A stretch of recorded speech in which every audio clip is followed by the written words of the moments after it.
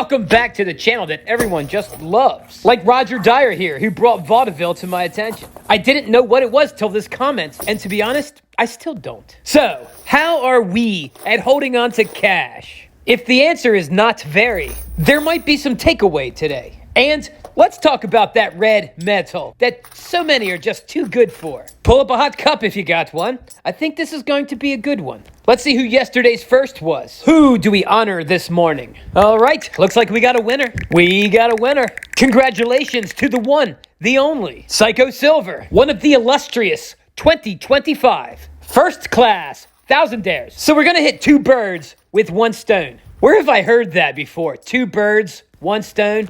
Anyhow, I want to put a drag on my cash. I want to lower the liquidity. I want the liquidity much lower than a credit card and even lower than paper notes. But not as low as pennies and nickels, which, don't get me wrong, I buy them up whenever I get the chance. But today, I'm just talking about clad quarters. They lie on the fringe of ready cash and copper stacking.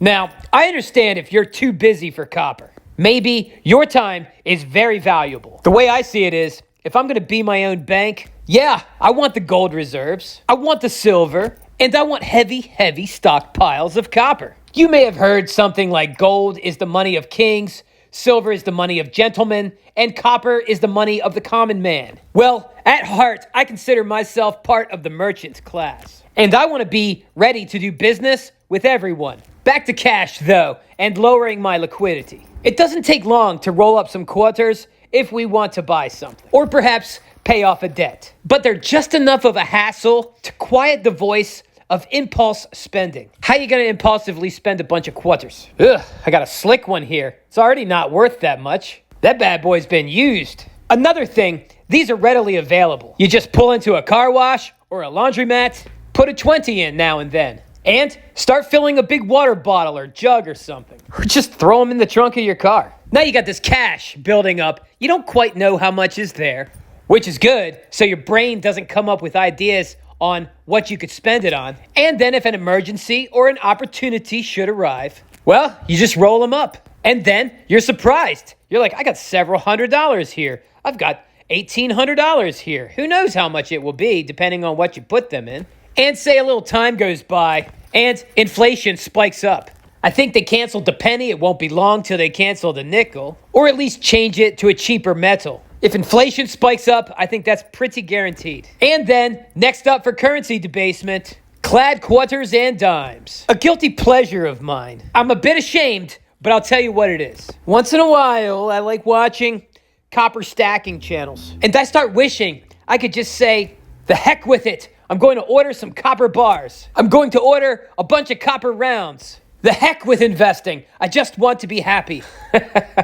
But I can't do that. Spend like a 400 or 500% premium on the melt value of the copper products. If bad times should come, and they do once in a while, and I was forced to sell those copper bullion products, well, you don't just take a haircut. I mean, they take your head clean off, probably even your shoulders. Now, I do understand they are collectible, but when it comes to collectibles, I just choose other things to collect. Lighter things that are cheaper to mail. Oh, if you're still here, could you please hit that like button? Your likes help me grow the channel, friendo. You're always generous with the likes, and it's much appreciated. Quick reminder, this channel will never sell out to bullion dealers or mining companies. You keep hitting the buttons, I'll keep making the videos, whilst maintaining this no-shill zone.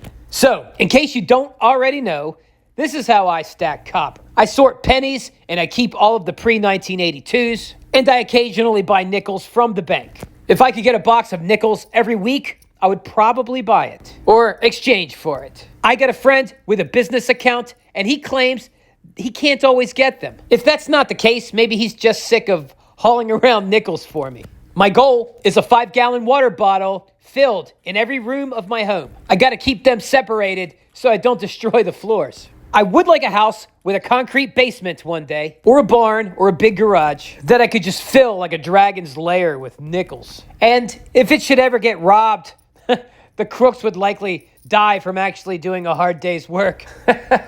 Or maybe some other way. Long after I'm gone, they find skeletons underneath the nickels. They just drowned in them. There were so many. One day, they excavate them and they say, wow, this is like $7,000, which in 2063 buys you an unhappy meal. Or if you're lucky, maybe a tank of gas. But the copper value and the nickel value, well, it will buy you whatever it could buy you at the time it was acquired. And by then, you'll probably be allowed to scrap them. Many people will be using digital currency, and there will be stackers spending their digital currency on old nickels and pennies so they can maintain their purchasing power. In 2063, we may even see a Stop the Melt movement for copper. All right. Let me sum everything up before I go. If you have a hard time saving cash, just find ways to make your cash harder to spend. If you want to stack copper, but you don't want to spend a 500% premium on the melt value, nickels and pre-1982 pennies are ideal. But if are not readily available, quarters are an option. A funny thought I have. Yes, I do.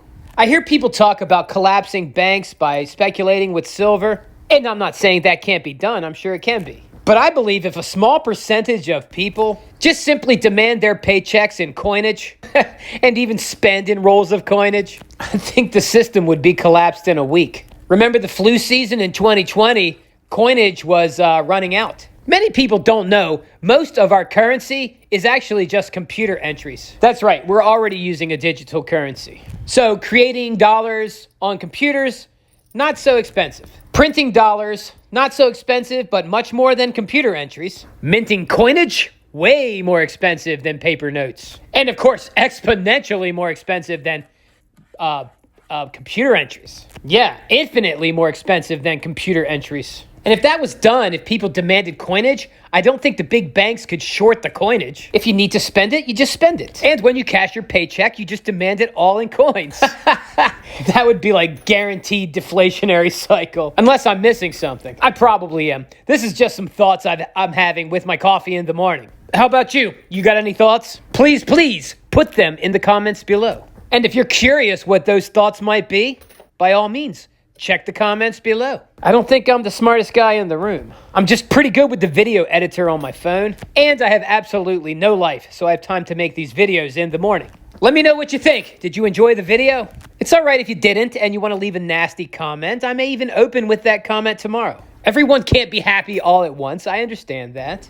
Still not a thousandaire yet? You keep watching the videos, but you don't subscribe. You still have time to be one of the first 10,000 subscribers of this channel. This channel's gonna be big, huge. A big, beautiful, no-shill zone. So big, noobs find it first. One day at least. And they're not FOMO'd into buying too many medals. And at an all-time high, usually, nonetheless. Won't that be nice when one day they get a proper greeting? And they're not exploited like some fish new to a prison. Hit that subscribe, comment new guy, get that timestamp. And welcome, friendo. I'll see you tomorrow, that's it. That is it! Thousandaire Radio, Wicked Show. Join the pen pals. You can now write me at The Thousandaire Collector, 1700 Sullivan Trail, Suite 7, Box 111, Easton, Pennsylvania, 18040. Don't forget to include your info so I can put you on my mailing list. I'm back at it again. Today is Carnivore Day 2. It's such an easy way to get lean. I got the fillets 1/3 off. I'll let you know if I stay with it.